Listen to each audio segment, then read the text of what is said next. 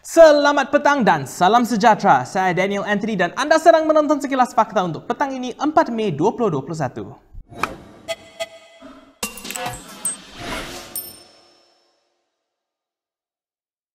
Bekas Ketua Polis Negara Abdul Hamid Badur mendedahkan kisah di sebalik dakwaan bahawa Menteri Dalam Negeri Hamzah Zainuddin melakukan campur tangan terhadap pelantikan pegawai kanan polis. Menurut laporan Malaysia Gazette, Hamid mendakwa wujud campur tangan Hamzah untuk menentukan jawatan pengarah cawangan khas Bukit Aman. Jelas Hamid, langkah itu dibuat bagi tujuan kerjaya politik Hamzah menyebabkan cawangan khas tidak senang dengan tindak tanduk menteri berkenaan. Malaysia kini sedang mendapatkan respons dari Hamzah. Hamzah sebelum ini mengaku adalah individu dalam rakaman audio yang membincangkan pelantikan pegawai kanan polis. Dalam pada itu, 5 ahli Parlimen Pakatan Harapan membuat laporan polis hari ini berhubung dakwaan campur tangan Hamzah Zainuddin dalam urusan polis. Jadi kami telah memohon pihak polis di Raja Malaysia untuk segera melakukan siasatan untuk mengenal pasti siapakah yang dimaksudkan oleh Tan Sri Abdul Hamid Badur dan sama ada perkara-perkara yang dinyatakan itu benar-benar telah berlaku, termasuk juga dakwaan terdapat individu yang naik private jet pergi ke Sabah dan selepas itu berlaku lompat katak di kalangan ahli politik.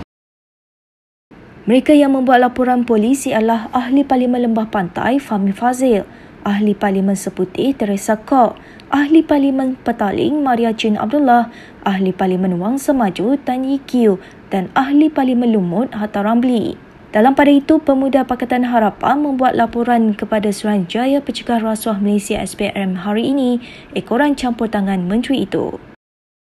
Kalau tengok dalam kenyataan dikeluarkan oleh Tan Sri Hamid Badur, beliau kata beliau telah bawa benda ni sampai ke peringkat yang tinggi tetapi tiada tindakan yang dibuat. Maka kita gesalah, kita minta hari ini Pemuda Pakatan Harapan untuk SPRM menyiasat tuduhan yang ataupun dakwaan yang serius dakwaan yang serius yang dibuat oleh Tan Sri Hamid Badur. Kita tahu Tan Sri Hamid Badur bukan calang-calang orang, beliau merupakan bekas Ketua Polis Negara dan kita rasa dakwaan yang dibuat oleh Tan Sri Hamid Badur itu ada merit yang perlu dipandang serius oleh pihak penguatkuasa khususnya SPRM.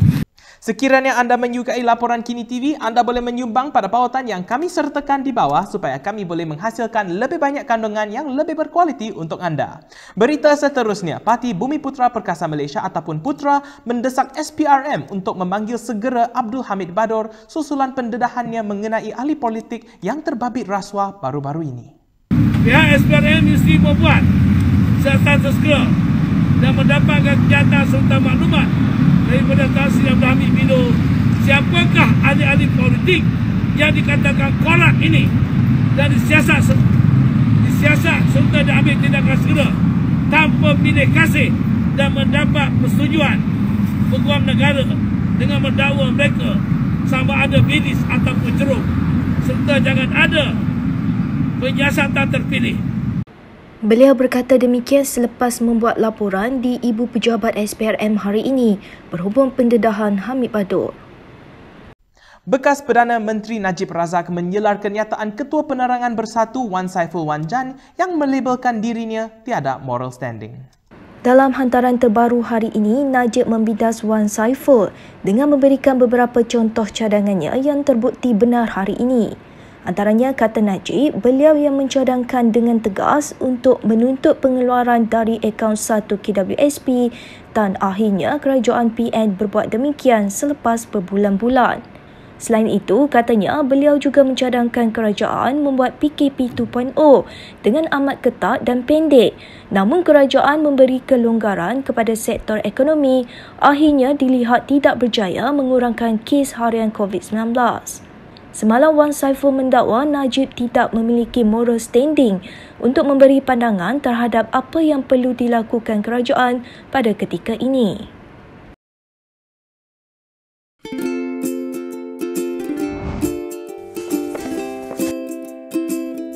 Shellfish, red meat, and beer.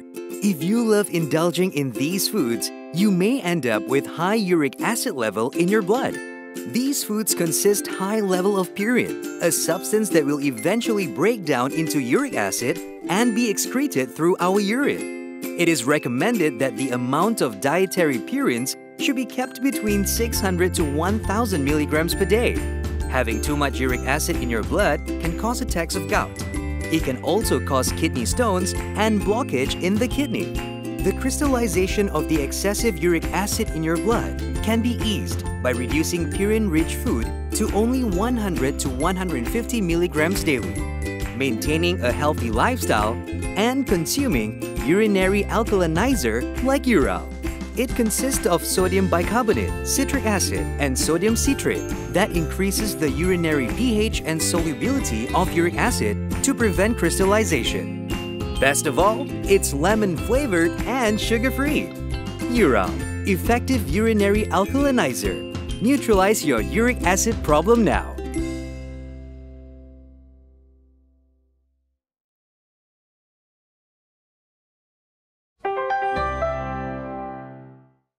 Berita seterusnya, dalam Temu Bual bersama Kini TV, Anthony Loke menyifatkan perdebatan yang tegang antara puak-puak dalam parti DAP menjelang pemilihan DAP sebagai tidak sihat. And we want to convince every DAP member and DAP leader is that firstly we must act and think like a Malaysian party.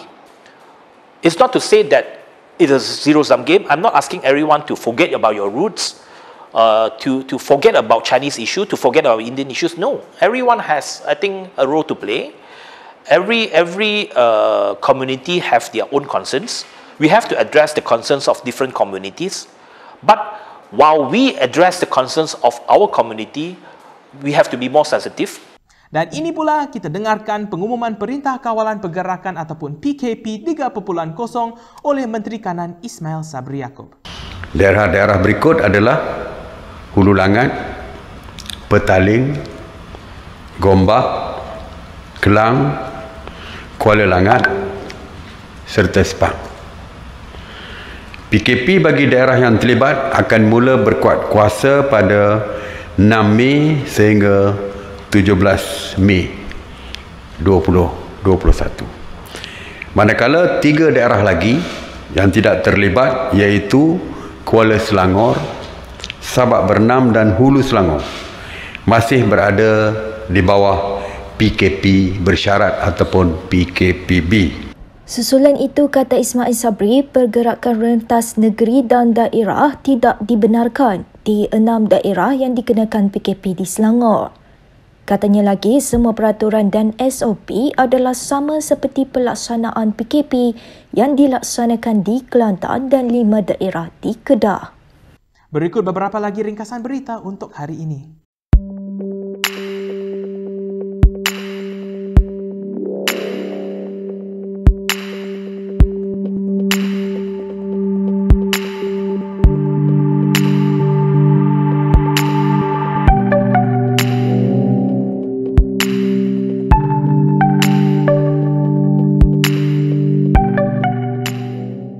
Baiklah, sekian sahaja daripada saya Daniel Anthony untuk sekilas fakta pada petang ini. Untuk lebih banyak berita, anda boleh melayari kinitv.com. Anda juga boleh mengikuti kami di Instagram, Twitter, YouTube dan Facebook. Bila keluar, jangan lupa memakai pelitup muka dan bila boleh sila duduk di rumah.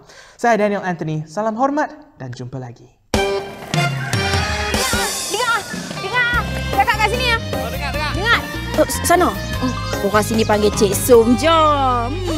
Mak Timah. Lama dah kami duk berjiran dengan Mak Timah. Bukan nak menipu. Akan nampak Daniel bawa beg besar. Si Daniel, cucu dia tu yang duk teman dia kat sini. Pasport ada dah? Pasport ada, surat travel ada, tiket semua dah ada. Pun balik overseas. Pasal mak pak dia kat sana. Baik tu.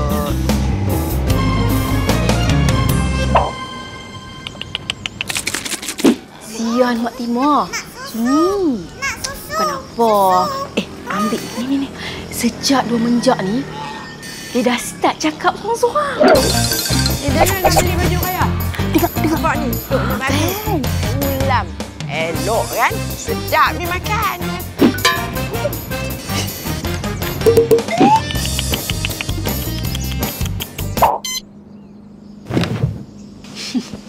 Bukan siang je tau. Malam pun sama. Sihat sampai habis puasa dapat kita buat amal ibadat.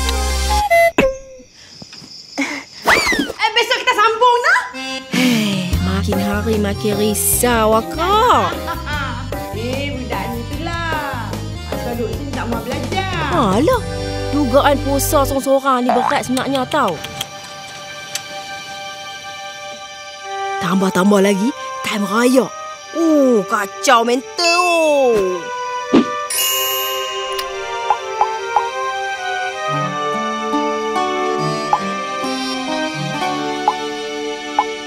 Assalamualaikum, Mak Timah. Waalaikumsalam.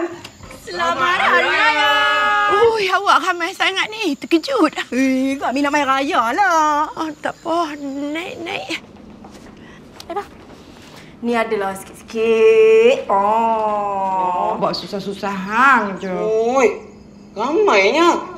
Selamat Raya semua. Daniel, macam mana dia boleh dapat kita?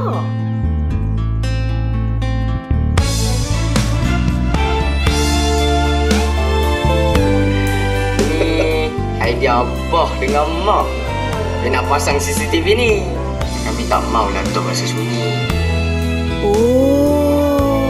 Lagu tu kah? Kami rindu suasana kat kampung.